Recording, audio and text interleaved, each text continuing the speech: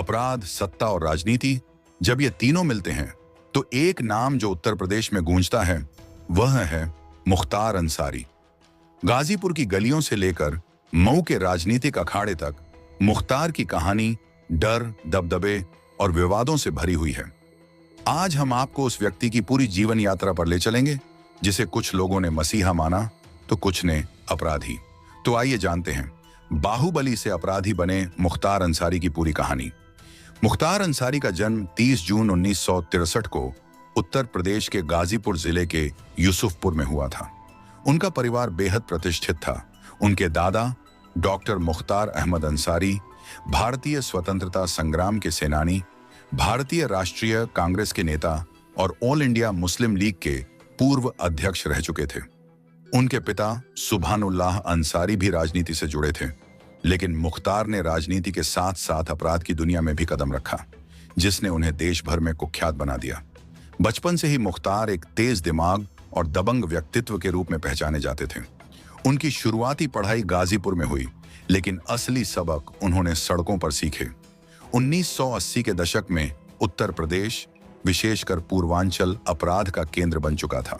भूमि विवाद, हत्या, फिरौती और अवैध वसूली आम हो चुकी थी और विभिन्न गिरोहों के बीच वर्चस्व की लड़ाई चल रही थी। मुख्तार अंसारी ने सबसे पहले मखनू सिंह गिरोह के साथ काम करना शुरू किया। धीरे धीरे वे मकान सिंह गिरोह में शामिल हुए, जो कोयला कारोबार में एक बड़ा नाम था। 1990 के दशक के आते आते मुख्तार अंसारी ने अपना स्वयं का गिरोह बना लिया और गाजीपुर, मऊ, वाराणसी और जौनपुर में अपना दबदबा कायम कर लिया। उन्होंने रेलवे, सरकारी ठेके, अवैध खनन, शराब और लैंड माफिया में अपनी पकड़ मजबूत की और अपने विरोधियों को बेरहमी से खत्म कर दिया।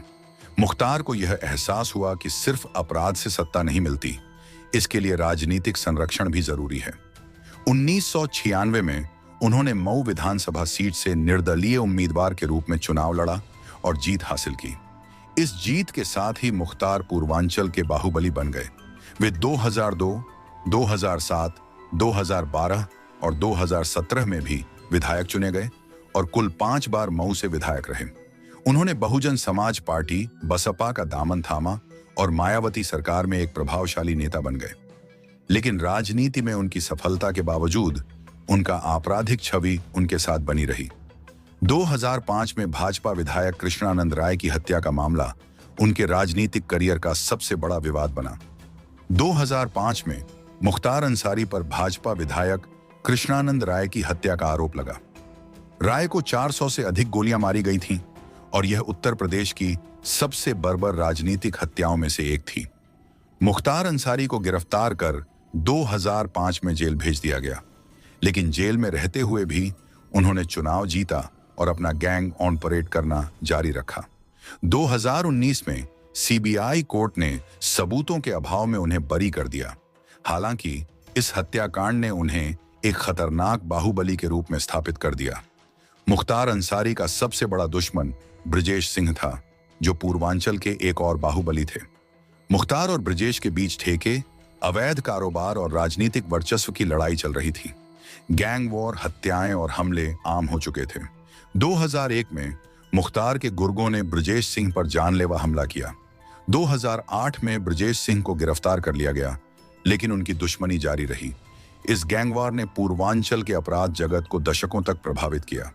जब सरकार ने माफिया और अपराधियों के खिलाफ कार्रवाई तेज की, तब मुख्तार अंसारी पर हत्या, अपहरण, रंगदारी और अवैध संपत्ति के कई मामले दर्ज हुए।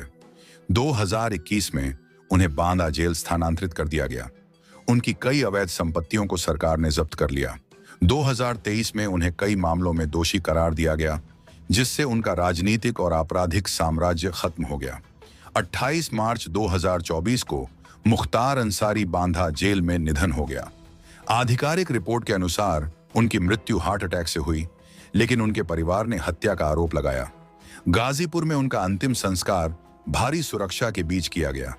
जनता की प्रतिक्रिया मिश्रित रही। कुछ उन्हें रॉबिनहुड मानते थे तो कुछ उन्हें अपराध का प्रतीक। मुख्तार अंसारी की कहानी अपराध, राजनीति और सत्ता का मिश्रण है। आप मुख्तार अंसारी के बारे में क्या सोचते हैं? क्या वह एक नेता थे या अपराधी? हमें कमेंट में बताएं। अगर आपको यह वीडियो पसंद आया तो लाइक, शेयर और सब्सक्राइब जरूर करें।